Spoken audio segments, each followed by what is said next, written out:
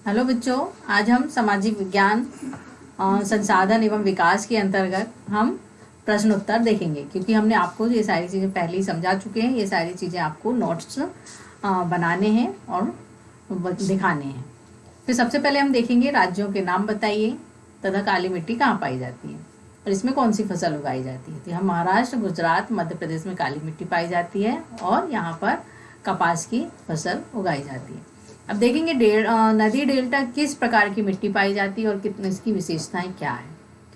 तो नदी डेल्टाओं का जलोढ़ मिट्टी पाई जाती है। जलोढ़ मिट्टी की 3 विशेषताएं हैं। यह उपजाऊ होती है, चूना, पोटास, फास्फोरस, वनस्पति अंश के पोषक तत्व पाए जाते हैं और इस मिट्टी में चावल, गेहूं, गन्ना, मक्का, कपास, पटसन आदि उगाया जाता है।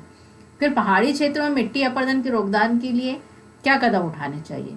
तो इसके मिट्टी अपरदन की रोकथाम के लिए समानांतर जुताई करना चाहिए, जिससे बहाव की गति कम हो। सीढ़ीनुमा खेती करना चाहिए, घास की पेटी लगाना चाहिए और साथ ही साथ यहाँ पर वृक्षारोपण भी करना चाहिए, जिससे कि पेड़ों की जड़ें जो है मिट्टी को पकड़े रहें। इस तरह से हम पहाड़ी क्षेत्रों की मिट्टी अपरदन को रोक सकते हैं। जैव और अजैव संसाधन क्या होते हैं, इसके कुछ उदाहरण दीजिए। तो इसमें सबसे पहले हम देखेंगे जैव संसाधन किसे कहते हैं। इसमें पेड़, पौधे, पशु, पक्षी, मत्स्य आदि जैव संसाधन कहलाते हैं। अजैव संसाधन चट्टाने, खनिज, मानव निर्मित कई मोटर, गाड़ी, सड़क, रेल आदि वस्तुएं, ये अजैव संसाधन कहलाते हैं।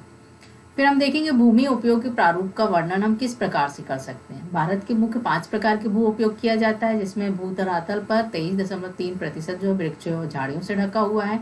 कृषि के लिए अनुपलब्ध भूमि जो है 5.5 है। फिर गैर कृषि प्रयोजन के लिए 8.7 है। इसी तरह से भूमि जो है कुल भूमि जो है 14.2% है। पड़ती भूमि के अतिरिक्त अन्य कृषि योग्य भूमि होती है। फिर पड़ती भूमि में भी कई भूमि ऐसी होती है जो ऐसी ही पड़ी हुई होती है। फिर है शुद्ध बोया गया क्षेत्र, इसमें 45.5 भाग जो है इसमें सम्मिलित होता है। इसी तरह से जो बढ़ती हुई जनसंख्या है, इसमें जो ये भूभाग का हम सही उपयोग क्यों नहीं कर पाते हैं। बढ़ती जनसंख्या के कारण वनों को काटा जाना, ईंधन की आपूर्ति के लिए पेड़ों को काटा जाना, वनों को साफ करके कृषि भूमि को बदला जाना और कच्चा माल हेतु पेड़ों की कटाई करना। इस तरह से वनों का ह्रास लगातार होता जा रहा है। फिर प्रौद्योगिकी और आर्थिक विकास के कारण संसाधनों का अधिक उपयोग कैसे हुआ है। संसाधनों का उपयोग सांस्कृतिक विरासत जैसे मनुष्य के ज्ञान, कौशल, प्रौद्योगिकी आदि पर निर्भर होता है, क्योंकि व्यक्ति जो है अपने ज्ञान का, कौशल का, प्रौद्योगिकी का उपयोग करता है और साथ ही साथ संसाधनों को परिवर्तित करके अपने उपयोग के लायक बनाता है। इस तरह से आदिम अवस्था मनुष्य जो है वनस्पति और पशुओं पर निर्भर हो गया। धीरे धीरे मनुष्य ने उन्नति की और नवीन तकनीकों के साथ प्रौद्योगिकी के बल पर प्राकृतिक रहस्यों को पता लगाया और संसाधनों को अपने मनुष्य द्वारा संसाधनों का प्रयोग एवं प्रौद्योगिकी स्तर पर निर्भर करना पड़ा। जैसे कोयला और पेट्रोलियम का प्रयोग आर्थिक स्तर तब तक नहीं हो पाया जब तक कि भाप का इंजन और अंतर्दहन आविष्कार नहीं हो गया था। फिर मिट्टी अपरदन तथा भूक्षरण को रोकने के उपाय बताइए। जिस तरह से हमने अभी पहाड़ी क्षेत्रों की भूमि के क्षरण को किस तरह से रोक सकते हैं, उसी तरह से मिट्टी के क्षरण को यहाँ भी हम उसी तरह से रोक सकते हैं। जैसे रेखीय जुताई करना, पर्वतीय क्षेत्रों में सीढ़ीनुमा खेती करना, बीच में घास की पेटी लगाना, मिट्टी कटाव कम करने के लिए पेड़ पौधे लगाना। फिर पेड़ों की कतार में लगाकर उसे हवा वेग को कम कर सकते हैं। बैरोक्टोक चराई को रोकना और बांध बनाकर मिट्टी के कटाव को हम कम कर सकते हैं।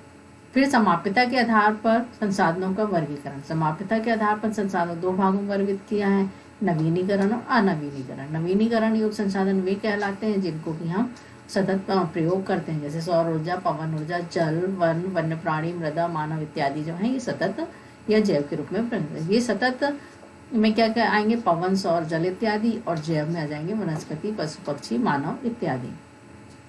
अनवीनीकरण योग्य संसाधन। अनवीनीकरण संसाधन कौन से कहलाते हैं, जैसे कि भूवैज्ञानिक अंतराल में लाखों करोड़ों साल में होता है, या खनिज और जीवाश्म ईंधन इसी प्रकार के संसाधन है। इनमें से कुछ ऐसे संसाधन हैं जो पुनः चक्रीय होते हैं, जैसे लोहा, तांबा, एल्यूमिनियम आदि। कुछ संसाधन ऐसे होते हैं, कोयला, पेट्रोलियम, प्राकृतिक गैस, ये अचक्रीय होते हैं क्योंकि इनको एक बार प्रयोग करने के बाद ये समाप्त हो जाते हैं। संसाधन नियोजन क्या है। संसाधन नियोजन के सोपानों का विवरण कीजिए। संसाधन नियोजन एक जटिल प्रक्रिया है कि संसाधनों को हमें उपयोग किस तरह से करना चाहिए। जो संसाधन कम मिलते हैं उन्हें कम से कम उपयोग करना चाहिए, और जो मिल रहे हैं उन्हें भी योजना अनुसार उन संसाधन का उपयोग करना चाहिए। तो इन संसाधन के लिए नियोजन की प्रक्रिया 3 प्रक्रिया है। प्रथम सोपान में संसाधनों को पहचान कर तालिका बनाना, सर्वेक्षण करना, मानचित्र बनाना और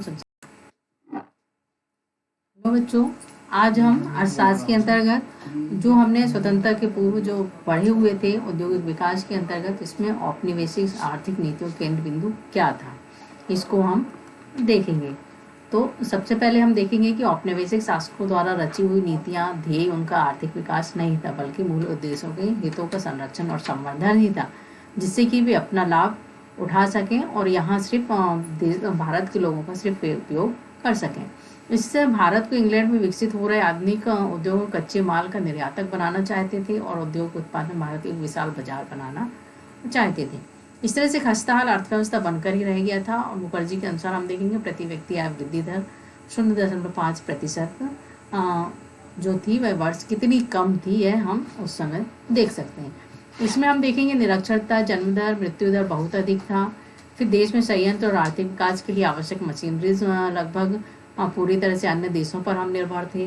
फिर आज़ादी के समय भारत का कृषि प्रधान देश था और कार्यरत जनसंख्या जो थी 70-75% हिस्सा जो थी कृषि में संलग्न था। इस तरह से हम देखेंगे आधारित संरचना बहुत हद तक अविकसित थी। फिर औपनिवेशिक काल में भारत की राष्ट्रीय आय का आकलन करने वाले बहुत अर्थशास्त्रियों के नाम बताइए, जिसमें दादा भाई नौरोजी, VKR राव और विलियम डिम्बी फिनले आज ये लोग थे।